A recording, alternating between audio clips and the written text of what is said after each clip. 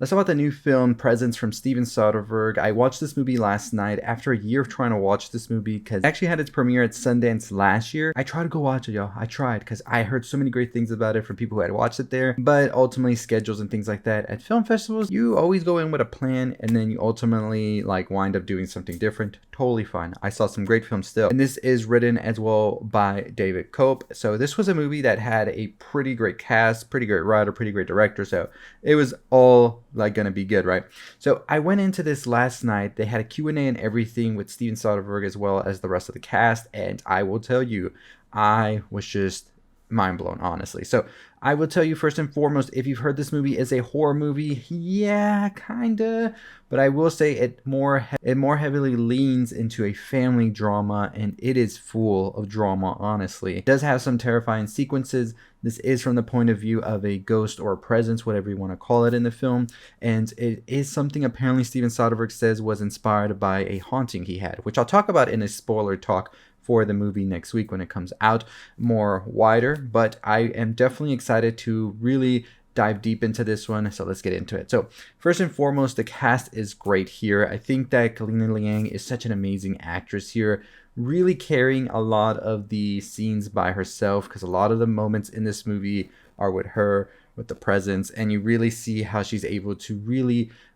bring out all of these amazing emotions throughout the film. That is a very complicated role, honestly, because this character is going through a lot, not just with her family, but things that have happened in her past, friendships, things like that, and also dealing with this presence that's now around. I think the family dynamics as well here were built incredibly because they really lead into a payoff that feels so strong, honestly. And this was a week where I saw a lot of movies that really had me shedding some tears, because I had just seen The Wolfman earlier this week as well, which I loved as well. I know a lot of people don't really feel the same way, but it's cool. It's cool. Y'all don't have to like the same things I like, and I don't have to like the same things you like. That's why we have these discussions, and it's always great to hear different opinions. So if you watch Presence and you hated it, I'd like to know why. And I'm not going to fight you or anything, because I think you deserve to voice your own opinion. But this was a movie that I really enjoyed so much, and I was just there transfixed by the end. I didn't expect to love it as much as I really did. Now, a lot of people I heard were kind of comparing it to Inhabits Nature, and I think that's so unfair to both movies. They're so different. Honestly, this is a whole different type of film here, Inhabits Nature as well. Both great in their own aspects here and there. But this one I was really fascinated by, and I was just kind of feeling like I wish I had seen this already sooner, because there's so much inspiration here that came from the film for myself, for my future projects and things like that, that I just found so invigorating and exciting for film. The point of view of the ghost and everything, Steven Soderbergh talked about how he filmed this. He was wearing these I believe martial arts sandals, so he was able to go in through the scenes with the actors and everything and be as quiet as possible. Kalina Liang also talked in the Q&A that there was sort of a rhythm, a sort of choreography that her and Steven had to have at times, because he was holding the camera throughout the film. And I just think it's so fascinating to hear how this came to be. Like I said, this is not really a horror movie per se. It does rely more on the drama that the family's going through, and it is very heavy when it comes to that subject matter. I will tell you that. I really was fascinated how dark this movie went, especially in its third act. I was just terrified for the characters of what was going on, without any spoilers, of course. I do think that this is a movie that I believe people might be, at the beginning when they start watching this movie, feel a little bit like, oh, the marketing kind of led me into a wrong direction, that this was going to be like a haunted house type horror film. But I assure you, by the end of the film, you will be like, yeah, that was actually a horror film, even though it was not the horror film I was expecting. That's all I'll say about it. That's all I'll say. It was so great, honestly, the way the reveals come, and it builds up to it into an emotional last couple of scenes that just left me like, wow. So my camera has shut off, so I should charge my camera from now on. But I just want to go ahead and finish the review by saying that this is a movie that I think had some amazing acting from the actors. I do think that sometimes the dialogue, it borderline is like, I don't know what I wanted to feel with it, right? And that's not per se, that's not to say that that's a bad thing, but I will tell you, there was a lot of confusion in the audience, because you don't know if you're supposed to laugh at certain things or you're supposed to feel like, huh. But I do love that as well at the same time, because I do enjoy when a movie is able to really make you feel uncomfortable about a certain situation, and you're just like, wait, what's going on here? And I think that that's exactly maybe what they were trying to accomplish. I don't know, but I just think it was sort of a weird vibe in the room, which maybe was the point.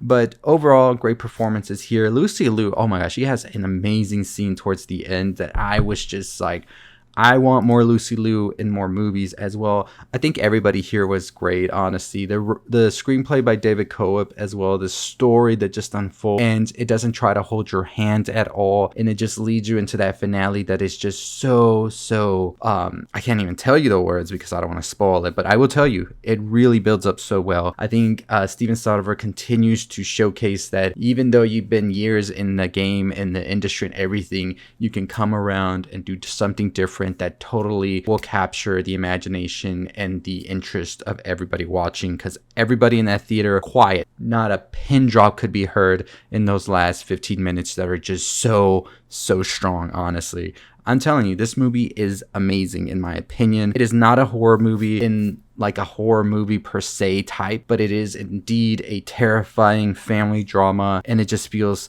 so real at the same time, but surreal as well. I don't know how to explain it. I really enjoy this movie, but like I said, it is not a horror movie in the classical terms. It is more using the horror, I would say, ghost story as a vehicle to tell a story of a family that is so broken, and as Steven Soderbergh said last night, a very fucked up family. That's his words he used for this family, and it's using that as a vehicle to tell this story, and it throws in some supernatural elements here and there sprinkled throughout. At its core, a family drama that hits hard. Amazing acting, great screenplay, and just beautifully executed from Steven Soderbergh. At an hour and 25 minutes, it tells a whole complete story without feeling rushed, which was crazy because I love The Wolfman, but that was one of my complaints. It felt a bit rushed. Here, it's shorter than The Wolfman, and it doesn't feel rushed. I don't know.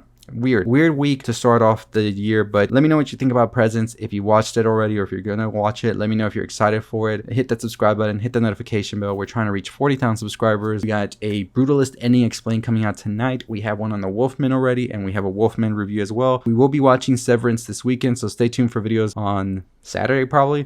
I'll see all of you next time. Stay safe, stay positive.